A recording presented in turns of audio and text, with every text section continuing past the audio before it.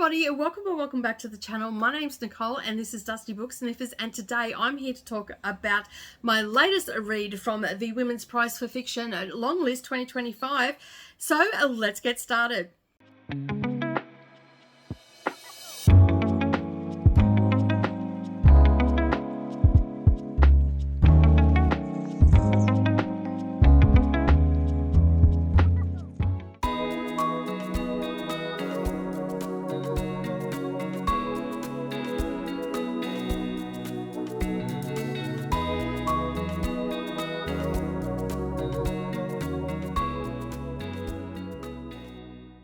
Well, good morning or good evening, everybody, and welcome back to the channel. Thank you for taking some time out of your day and spending it with me while I prattle on about a book that I have read off the Women's Prize for Fiction Longlist for 2025. As you've seen, I spun up and Nesting by Roisin O'Donnell, and let me just bring up the nitty-gritties of this book. All right, so I'm just going to pull it up. There we go. Where is it? There we go. What are you doing? Okay. It's been weird. Okay, so this was published in January of this year on the 30th, and this is it doesn't have the publisher here over on Storygraph, so I can't give you that information. Comes in at 400 pages, and this is ideal for people that are drawn to intense stories that explore the resilience of motherhood amidst a domestic turmoil and the arduous journey towards self-reclamation. That was a word that did not want to come out. So yeah, so basically what we've got here with this book, it is as I said there, we're focusing on domestic violence and also leaving that domestic violence. So when I say domestic violence, I'm using that as an umbrella term because that while there is not actual physical violence towards Clara, is it Clara? Let me just have a look. Kyra, sorry. I was going to say that's not right. So Kyra is a young mother. She is living in Dublin and she is in a relationship with her husband, is very controlling. So domestic violence to me is an umbrella term for many different things that can happen in a relationship, whether it be men against women, women against men, whatever the case may be. Domestic violence is anything that happens within a home, in my mind, within a home, and that can be emotional abuse, it can be financial abuse, it can be physical abuse, it can be all of the above. It is basically where you feel like you have no way of getting out. And this is how Kyra is actually feeling. And one day she makes a split decision while hanging out the clothes that she was going to leave her husband. Now, this is not the first time that she has left her husband. So we're also diving into that narrative of how hard it is actually to leave a place that, while it might not be safe, it may be where you need to be for survival reasons, and unfortunately with domestic violence, this is the way it ends up being, where you feel like you can't leave. And so this is the second time that she has left. So her family doesn't sort of believe that she's going to stay away and all that sort of stuff. Which also, is quite often the situation for a lot of people. They just they have their family support, but there's that doubt from their family. So that is explained really well in the book as well.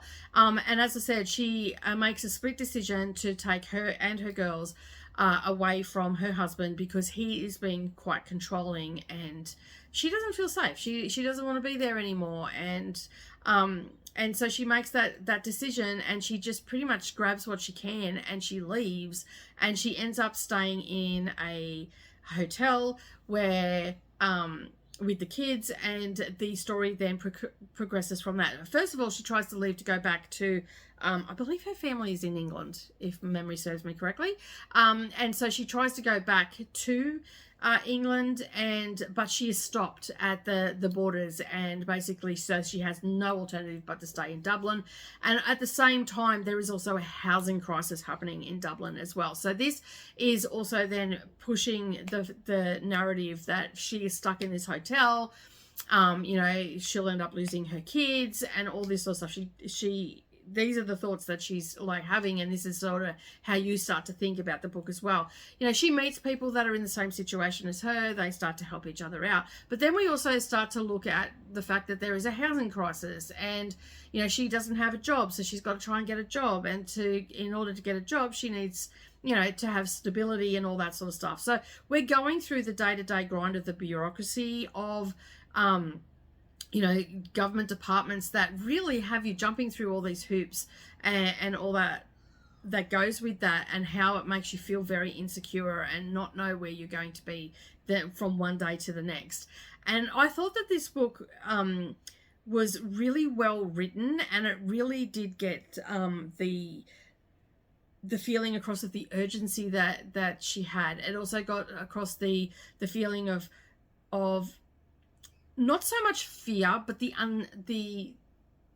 around her husband, and like why she wanted to leave. Like, you were getting that emotional connection to the husband, but also the emotional disconnect from the husband as well. So I've really appreciated the way the author has written this book and how it made me feel while I was reading it. As a person that has had domestic violence in my past, and also had to live in a pub with a young child, I really felt for Cora. I mean, different circumstances and all that sort of stuff, but nonetheless ended up in the same situation. And it is a lot, and it is extremely tiring when you're stuck and you have no, like, you feel like you're stuck and you have no recourse. But luckily for Cora, she found, you know, people that she was able to connect with, and they were helping her navigate this situation. And so the author had obviously done a lot of research on this topic and really put that forward. And I feel like it was a very well written book and a very well structured book. The pacing was really good in it as well. I didn't find myself being bored by the narrative or anything like that. It was just a well structured, well written book, and for a debut novel, I was really, really happy with this one. I'm not going to talk any more about it, because again, this one, it has a lot of complexities that and nuances that I could talk about, but I feel like that will spoil the book in a way. You know, and then also you've got the other side of the coin too, where he starts playing games, and you know, he's pretending like he doesn't know things, but in actual fact he does.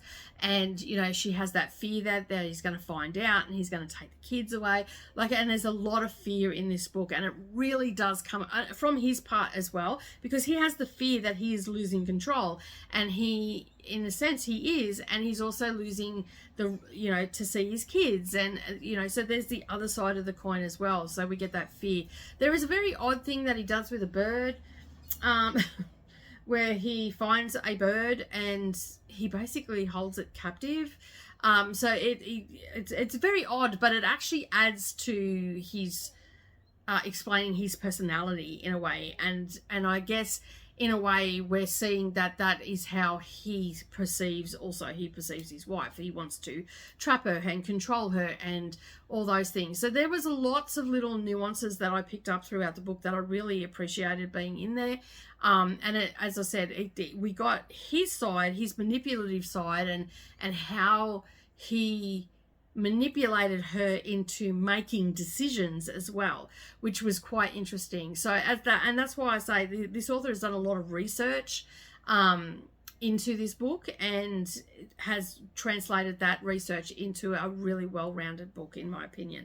So you're probably wondering what I have given this book.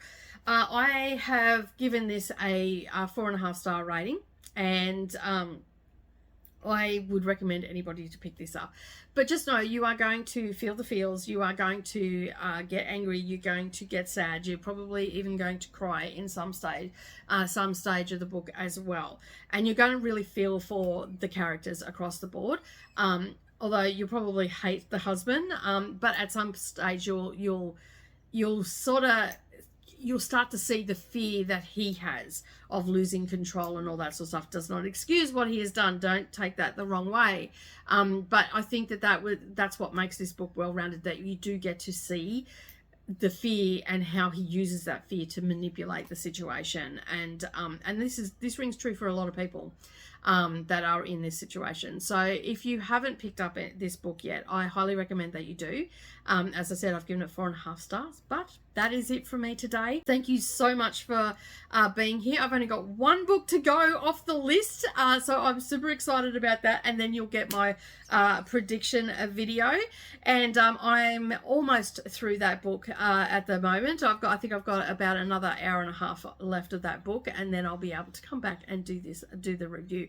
But as I said, that is it from me today. Have a wonderful day, everybody. But before you go, don't forget to hit that subscribe button, because it tells me that this week it's 72% of you have not subscribed to the channel. So make sure that you do subscribe and ring the bell to all notifications. I promise I don't put as many videos up as I'm putting up at the moment. It's just because it's Women's Prize. They do taper off a little bit, so I won't be bombarding you with lots of videos. But I do sprint a couple of times a week so we can hang out together and read. But yeah, don't forget to ring that bell notification to all notifications, and then hopefully you'll get notified. And while you're there, hop, skip, and a jump over to the like button. Give me a thumbs up and leave me a comment down below. Have you read this book, and what were your general thoughts on it? I would love to hear what you've got to say. All right, as I said, I'm out of here. Have a great day, everybody. Don't forget, keep turning those pages, and I'll see you in the next video. Bye for now.